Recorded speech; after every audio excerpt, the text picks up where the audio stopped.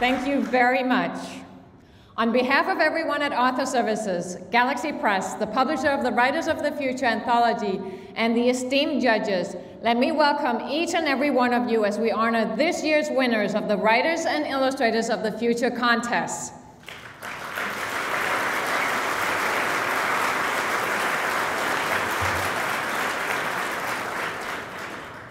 In the opening video, you saw a glimpse of our successes from more than a quarter century of the contest, and this year is no exception. 2010 was a banner year for our past writers and illustrator winners. On the writers' side, our alumni published 222 short stories and 48 novels in 2010. Jay Late was the most prolific, publishing 27 short stories and 1 novel. Patrick Rothfuss's new novel, Wise Man's Fear, immediately shot to #1 on the New York Times bestseller list, and Jo Beverly also made this prestigious list with her novel, An Unlikely Countess. 4 of our past winners, Elliot de Bodar, Eric James Stone, Kathleen Chaney, and Nnedi Okorafor, are on this year's final ballot for the Nebula Award. Elliot and Eric are also on the Hugo ballot, both in the same category for Best Short Story. Jason Fisher, Kat Sparks, and Patty Jensen were nominated for Ditmar Awards. Ken Scholes won the Prix Imaginals Award in France for his novel Lamentation. Steve Saville was nominated for the British Fantasy Award, and Karen Joy Fowler won the World Fantasy Award for Best Short Story. Our artists have been busy as well. Past Illustrator winners have won 8 major awards, including Brian Bios with the Frame My Future Award, Irina Kovalenko with the Art Slant New York Award, and Tyler Carter won a Student Emmy for his short animated feature. Robert Castillo won a prize in the New York International Children's Film Festival and an honorable mention in the Toronto Film Festival. And finally, our 1992 Illustrator winner, Sean Tan, won the Hugo Award for Best Pro Artist, the Astrid Lindgren Memorial Award, and the Academy Award for Best Animated Short Film.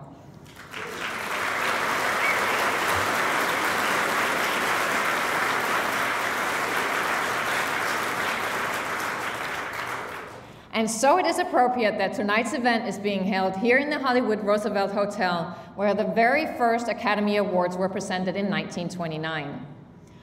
I would like to first acknowledge several distinguished guests and celebrities who are joining us as guest presenters for our awards. Please hold your applause until all are announced. From Fox TV's Family Guy and the voice of Craig Ferguson's robot sidekick on The Late Late Show, Josh Robert Thompson.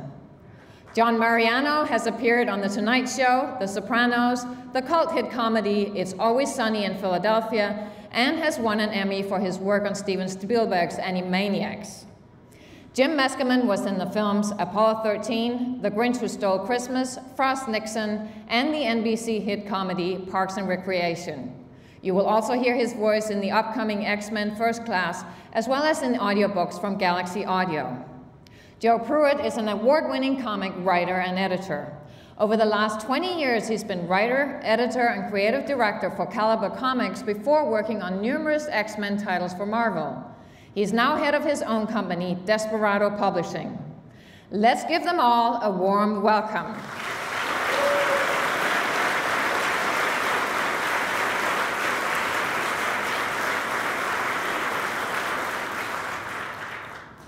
The Writers and Illustrators of the Future contest receive thousands of submissions each year from aspiring creative artists from all over the world.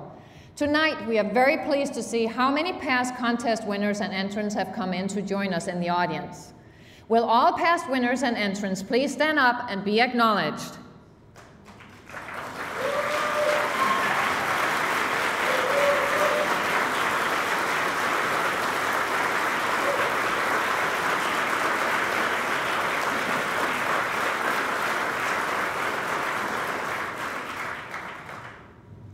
Our blue ribbon panel of judges is the bedrock of these awards.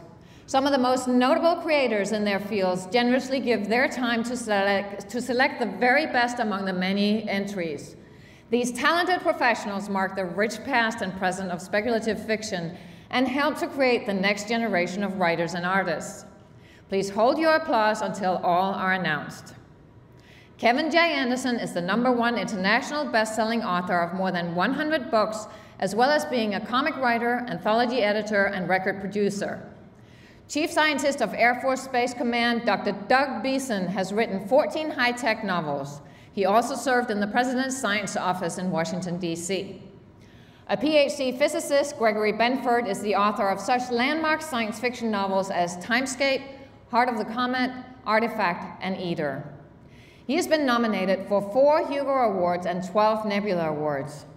In addition to his numerous book covers, Vincent DeFate has produced art for IBM, Reader's Digest, and National Geographic. He was commissioned by NASA to create the official painting of the International Space Station.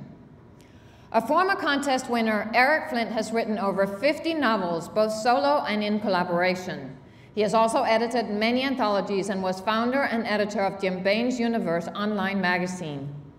Award-winning artist, radio host, voiceover artist, and longtime Illustrators of the Future judge, Dr. Laura Brodian-Fries.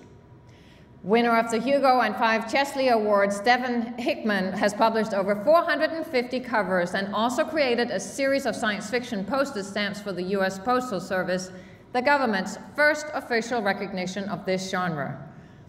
1985 Writers of the Future contest winner, author of numerous acclaimed novels and short stories, and winner of the Nebula and Bram Stoker Awards, Nina Kiriki Huffman.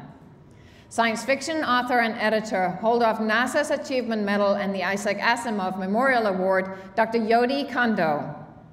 Award-winning artist, graphic designer, filmmaker, photographer, and illustrator, Ron Lindahn is the coordinating judge for the Illustrators of the Future contest. Hugo nominee Val Lakey Lindahn and her husband Ron Lindahn wrote and illustrated 3 children's books. Val has been an Illustrators of the Future judge since the beginning of the contest. Co-author of the New York Times best-selling Star Wars Young Jedi Knight series, as well as the new Star Challengers books, Rebecca Mesta. One of the nation's premier book cover artists, including the Chronicles of Narnia, X-Files Ruins, and the Star Wars New Jedi Order series, Cliff Nielsen. Winner of every major science fiction award, the legendary creator of Ringworld and the known space series, Larry Niven. Multiple award winner, best-selling writer, and popular columnist, Dr. Jerry Purnell. With his co-author, Larry Niven, he wrote such classics as The Mote in God's Eyes and Lucifer's Hammer. Philip K. Dick and World Fantasy Award winner, author of the original novel for the new Pirates of the Caribbean film, On Stranger Tides, and the lead workshop instructor for Writers of the Future, Tim Powers. Mike Resnick is the genre's all-time leading award winner for short fiction. He is also the author of 62 novels and over 250 short stories, and he has edited more than 40 anthologies. Best-selling author Christine Catherine Rush has won major awards for her work in mystery, romance, science fiction, and fantasy. She was also the editor of the legendary Magazine of Fantasy and Science Fiction. Called the Dean of Canadian Science Fiction, Robert J. Sawyer has won every major science fiction award. His novel was the basis for the hit ABC TV series Flash Forward. Former contest winner and now successful novelist, K.D. Wentworth is not only the first reader and coordinating judge for Writers of the Future, but is also the editor of the annual anthology. A former contest grand prize winner, Dave Wolverton, has published 50 novels. He is most widely known for his best-selling Rune Lords fantasy series. And this year, we are very honored to welcome 3 impressive new judges for Illustrators of the Future. Dave Dorman is an Eisner Award-winning illustrator, well known for his book, comic, trading card, and game paintings, including work for Star Wars, Batman, Indiana Jones, Aliens, and Universal Monsters. Former Illustrators of the Future winner Robert Castillo has been a director, animator, illustrator, and storyboard artist. His work has appeared in feature films, music videos, television shows, and commercials. Former Illustrators of the Future winner from 1992, Sean Tan, has written and illustrated 11 books and has worked as a concept artist for the films Horton Hears a Who and Wall-E. Sean has won or been nominated for the Hugo Award 3 times, won the World Fantasy Award 3 times, and recently won the Academy Award for his short animated film, The Lost Thing. Sean can't be with us tonight, but he sent the following words, and he writes, I remember with great fondness the first time I submitted to the contest as a teenager, knowing very little about anything except that I loved drawing and I loved science fiction, and that there were people out there happy to cast a serious and critical eye over my meager offerings. That knowledge alone was enough, and even the rejections included a small handwritten note of encouragement from Frank Kelly Freas, absolutely amazing. When I won, it was an enormous thrill, and the subsequent trip to the US was a remarkable experience. It was the first time I ever met other people for whom science fiction writing and illustration was a full-time job. Who would have guessed such a crazy thing was possible? It's a pleasure to come full circle as a judge 20 years later and to have a hand in encouraging a new generation of aspiring artists. Best wishes to all of you. Have a terrific time and enjoy this appreciation of your passion. To the esteemed judges, thank you for contributing your time and talent to discovering the next generation of visionary storytellers and illustrators. You are the true treasure of these contests. Will all judges in the audience tonight please stand up and be warmly acknowledged?